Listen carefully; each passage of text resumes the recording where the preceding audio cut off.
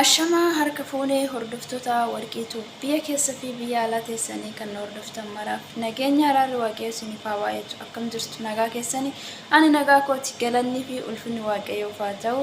Tola guyyaa irraa viidiyoo biraatiin walitti deebinee jirra. Egaa viidiyoo kana har'a immoo kanan hojjedhe viidiyoo eeggadda hojjedhe irratti jechuudha. Baay'een keessan komentii garaagaraa barreessitanii komentii keessaniif deebisuun dhufe jechuudha. Egaa komentiin keessan dhugaa baay'een nama ajaa'ibuuf sin jira, nama kufalchiisu sin jira. Baay'een keessan immoo komentii baay'ee nama jajjabeessu, baay'ee namatti toluu fi baay'ee barumsa qabu warri barreessitanis ni jirtu. Hedduu isaa galatoomaan isiniin jedha, kabajamaadha, kabaja hin dhabinaan isiniin jedha. Komentii tokko dhugaa baay'een kolfis jechuudha. Rabbollaani kanarraa irree dhabama siyaa godhu kan jedhe sin jira jechuudha. Amiin jedhee tafuradha. Waan biraa wanti hin jiru tokko hin jiru eebbanatti fakkaate. Maaliifin namni tokko badii yoo dalageedha jechuudha. Rabbi kan dhabama godhu malee Rabbi lafaa kee miti kan nama dhabamsiisu jechuudha. Kanaaf amiin jedhee tana furadha. Maaliifin tarii viidiyoon ani hojjedhu badii qabaachuu danda'a yookiin immoo badii yoo qabaate maaf dalagde jedhanii nama gaafachuu yookiin immoo nama gorsanii nama deebisuudha malee Rabbi dhabama siyaa godhullaanii kanarraa jechi jedhu anaaf fudhatama hin qabu jechuudha. Kanaaf walumaa galatti galatoomaa jechuun barbaada. Warri na eebbistanis, warri na abaartanis, warri yaada gaarii naa kennitanis jechuudha. Ani kan deebisuu dhufeef immoo komentii keessan tokkoon immoo maal jedha akkas jedha jechuudha. Jaalalli ati jamaaliif qabdu jaalala akkamiiti? Jaalala maaliti? Jaalalli isaafuu jaalalumti jedhamu kuniyyuu naaf hin galle warri jedhanis ni jiru jechuudha. Gaafii lammaffaani ati fi Jamaalii amantiin keessan waliin hin fakkaatu, akkamitti wal jaalachuu dandeessu, akkamitti jaalattee warri jettanii na gaafattanis ni jirtu jechuudha.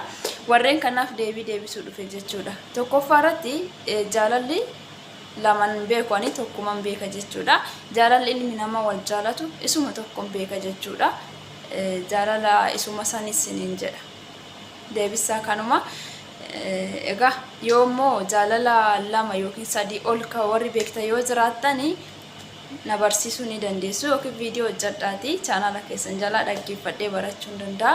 Akka kootti anan beeku ani jaalalli tokkuma malee jaalalli lama hin jiru. Waaqayyonis kan nu kenne jaalalli tokkichuma jechuudha.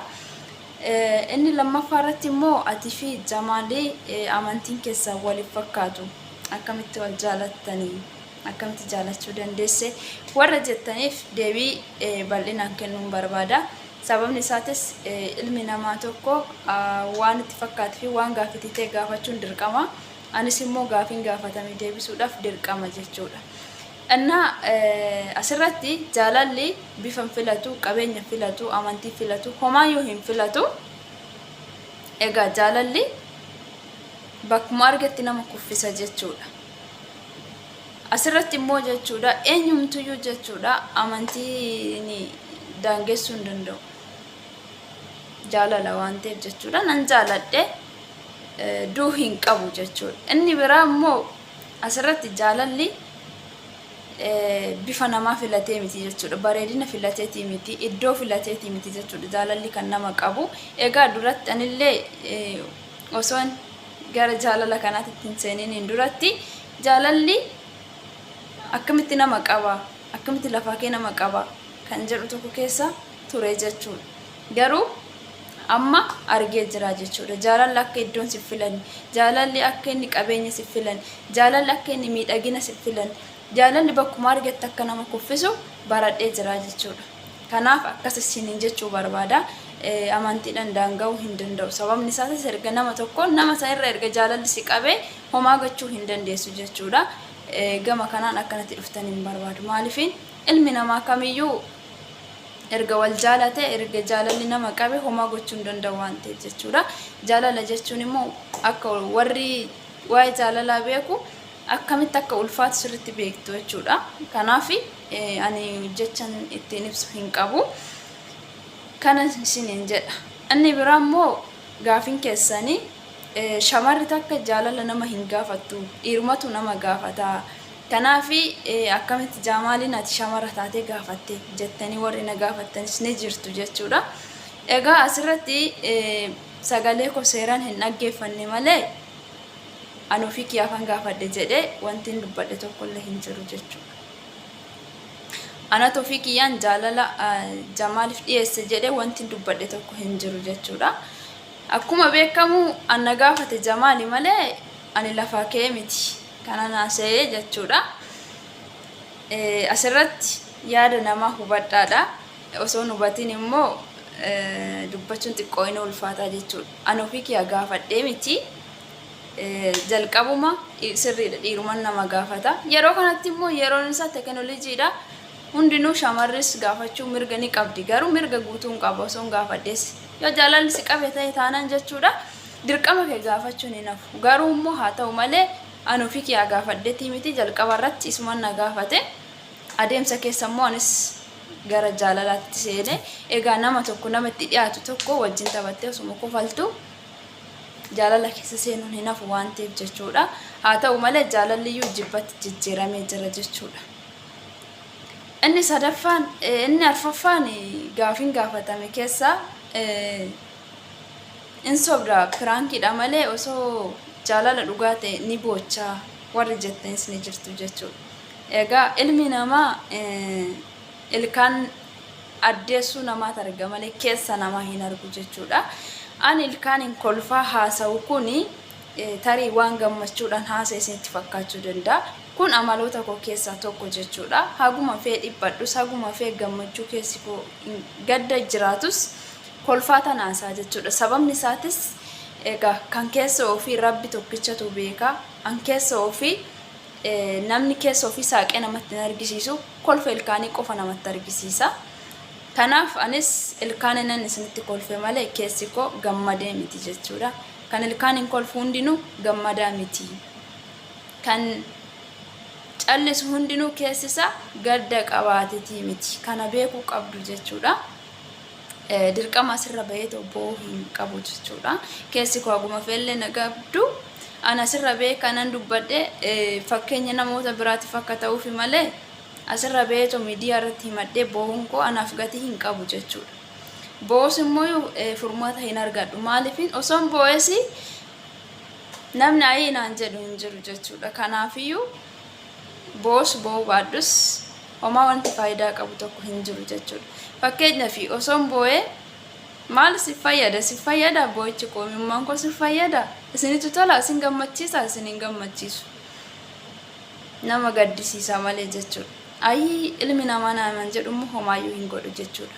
Ani keessi koo na aarus, keessi koo na gubatus, keessi koo na dhiphatus hundumaayyuu rabbitti dhiise tanan niisa malee hin boo'u jechuudha. Kanaaf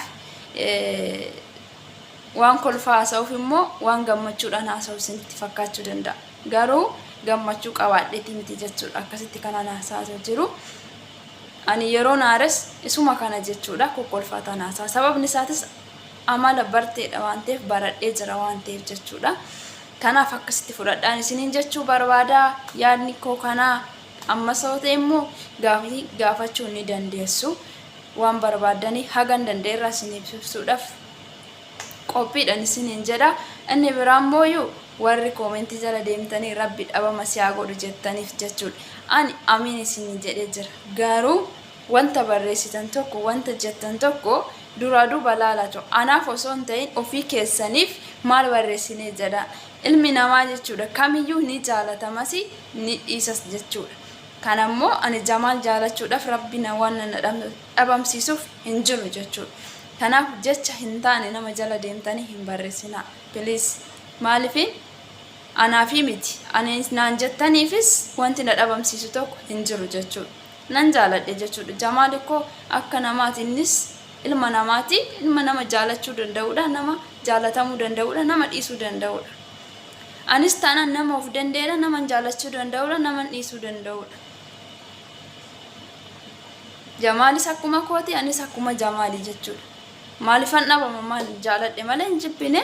ammas taanaan immoo Jamaal nan jaaladha jechuudha. Innillee na jibbu ani jaalala isaa hin dhiisu jechuudha. Maaliif jaaladheera takkitti ta'ee waan ta'eef jechuudha. Kanaaf warra akkasitti jettanii barreessitanii fi ani deebiin keessan amiinii qofa jechuudha. Amiin isiniin jedha jedhee furadha. Maaliifin akka eebbatti ittiin furadha jechuudha. Sababni isaatis asirratti badina ni qabu hin beeku waan ta'eef jechuudha. Tarii namni yoo balleessallee gorseen nama deebisa malee nama hin abaaru. Galatoomaan isin jedha. Walumaa galatti baay'een isin jaaladha, baay'een isin kabaja. Yaada keessaniifis ammas taanan jechuudha waan barbaadan na barreessadha. Ani yoomiyyuu ta'e taanan jechuudha. Isinin jaaladha, isinan kabaja. Jecha isiniif hin qabu. Dhugaa hedduun isin jaaladha. Like share keessaniifis hedduu galatoomadha. Hundumti keessaniyyuu baay'een isin jaaladha, baay'een isin kabaja. Turtii gaariin isiniin jedha.